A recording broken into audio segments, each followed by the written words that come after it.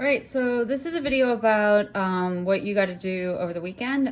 One of those things is that you've got to write 2 to 3 sentences about how you will take lessons from the midterm and do better on the final. So that means you look at your midterm, you think about how you did, what you did well, like look at my feedback, look at what we've learned this past week about reading on the midterm, reading on the final for the WPA. So I'm going to say midterm, final, WPA. Keep in mind that they're all the same kind of writing.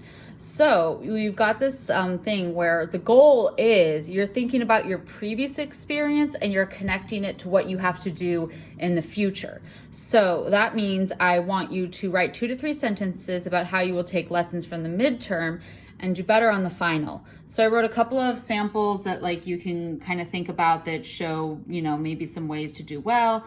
Is when I wrote about strategies on the midterm, I described the strategy, but I didn't make the connection to the audience or the purpose.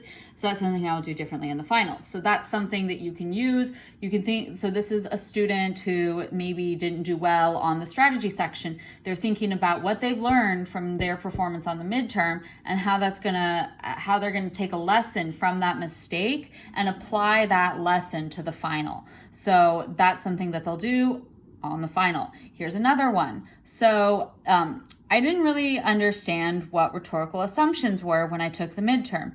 In the assumptions paragraph, I wrote about how Sifferlin assumes that celebrities influence children, but I now know that's not an assumption. So I'll be looking for information that meets the criteria of assumption, values or beliefs that the author assumes the audience has. So again, this is someone who did something on the final or the midterm. They did something on the midterm that was incorrect. They didn't understand exactly what assumptions were. They wrote about it and they lost points. But what they're going to do is they're going to take that lesson and they're going to do a better job on the final. They're not going to make that same mistake on the final. So that's kind of what that is. I want this to be an exercise where you're taking the things that you did on the midterm that maybe weren't so successful, see what you've learned, see what's changed. I hope that you've learned something in this process so that you can take that and use it on the final. So the other thing that we're doing is you're going to be reading Mood's article. Again, I don't know how that guy's name is pronounced. Maybe it's Mood, I'm not sure. And then you're going to annotate for the context, the argument, the strategies, and assumptions. So probably the best thing that you can do is you can read through the slides.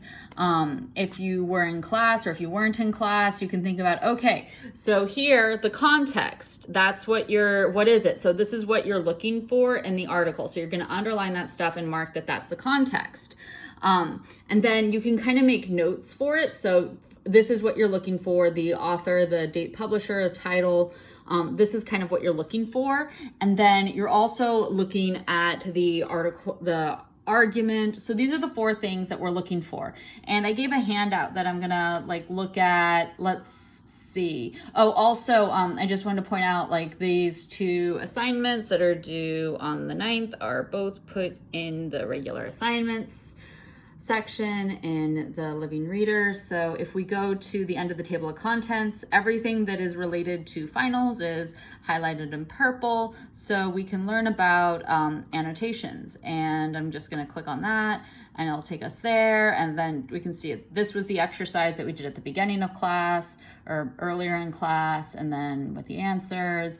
I'm not going to spend time on that, but I think this is what's going to be helpful because what you're going to do is to find the context annotations. This is what you're going to find in the article.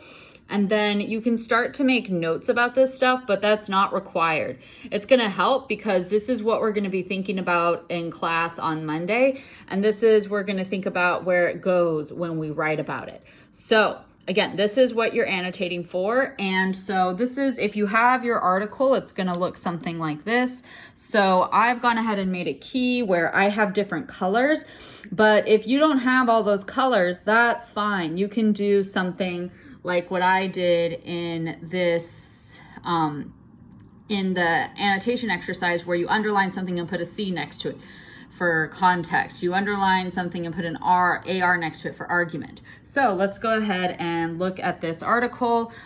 So I'm looking for, again, let's start out with the title. So the title is kind of going to be, it's going to help us with the context, but if we look at our, this handout, we can see that the title is really going to help with the argument. So I'm going to take my argument color and I'm going to underline it. So here we go. Done. Cool. So I've underlined that because that's argument. And if I didn't have colors, I would just put an AR next to it. So great. I've got that kind of mapped. All right. And then we're going to look early on for some context. So we know that this is the author, this is the date, and then let's go ahead and I'm gonna skip to the end because, oops, that's not the end. This is the end where we've got some information about the author right here. So that's also context because it's going to tell us something about the book or about the article we're reading. And if you want, you can put a C next to it for context. Whatever method you're using, what has to be evident that is if you're when you're using this in class tomorrow, we're going to talk about it. So that way that means you can like kind of look at it and just kind of get the idea right away. So this might take a few times passing through, like kind of reading through it, seeing what you remember about it. We come with a little bit of an advantage because we've talked about this article in class. So think about what the strategies are, what the assumptions are, and read through the different things that are going to elicit those. So remember, here are the things that you're going to be looking for in the article. The title, so we've got the title underlined for the argument. So we've got strategies, these details, these examples, statistics, ideas that you have an emotional reaction to. Let's even just read the first paragraph and see if there's anything in there. So ever since Brexit and Trump took the political establishment by surprise, its representatives have been claiming that we are living in a post-truth world where facts and experts are no longer trusted and information is dominated by fake news. This is an understandable if self-serving coping mechanism of liberals and establishment conservatives to deal with their shocking loss of political power. It is also simplistic and self-defeating. Let's look at the evidence. At first sight, recent studies seem to prove a solid basis for the popular assertion that populism and fake news are closely connected and have therefore been widely cited in the media. Researchers at the Oxford Internet Institution found that on Twitter, a network of Trump supporters shares the wildest range of junk news and circulates more junk news than all other political audience groups combined. So I'm going to just stop there because I don't want to spend the whole time reading the whole article. But we can see like some strategies, we can see some assumptions. So I think that what we're seeing with the strategies is, like let's look at the evidence. So that's going to be kind of this strategy where you're building like this ethos. So you're appealing to ethos. I can't, so ethos is what you're developing here. And then I'm going to say this one right here, this is logos.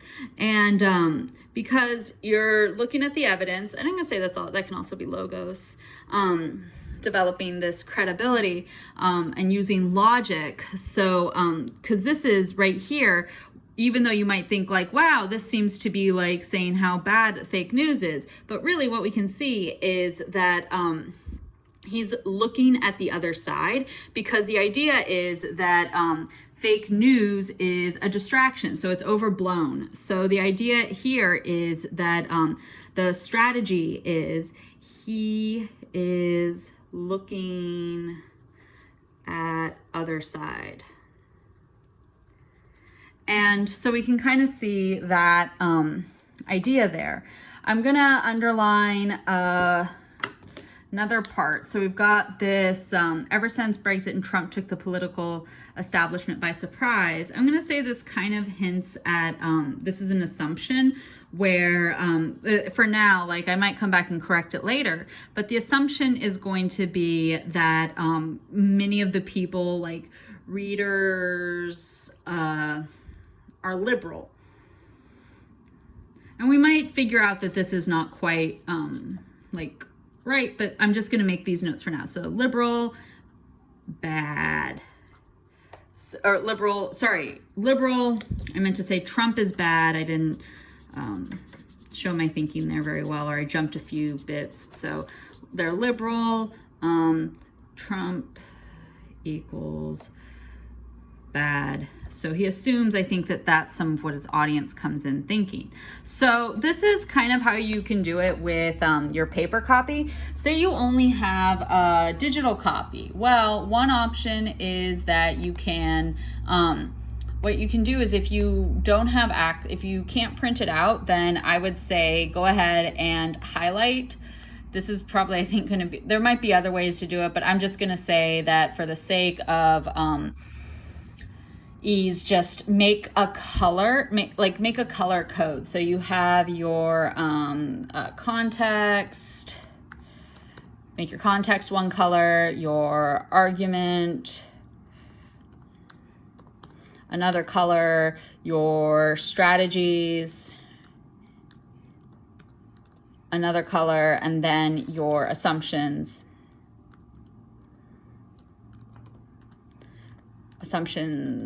another color. So I've gone ahead and highlighted the title, so that's going to be yellow. So argument's going to be yellow. So context, I'll make that, let's make that pink. You could also do text colors. I think highlighting stands out a little better. And then let's say, how about that blue, and then the assumptions are green. So you know, you can choose whatever colors you want, so that, like, if we're looking at the context, here we go, there's some context right there. Highlight that pink, and if you want to make notes or something, you can. But this is so that tomorrow when you come in, you have these ideas, you've done this reading, so that we can go ahead and arrange it. So hope that makes sense, and good luck with your work.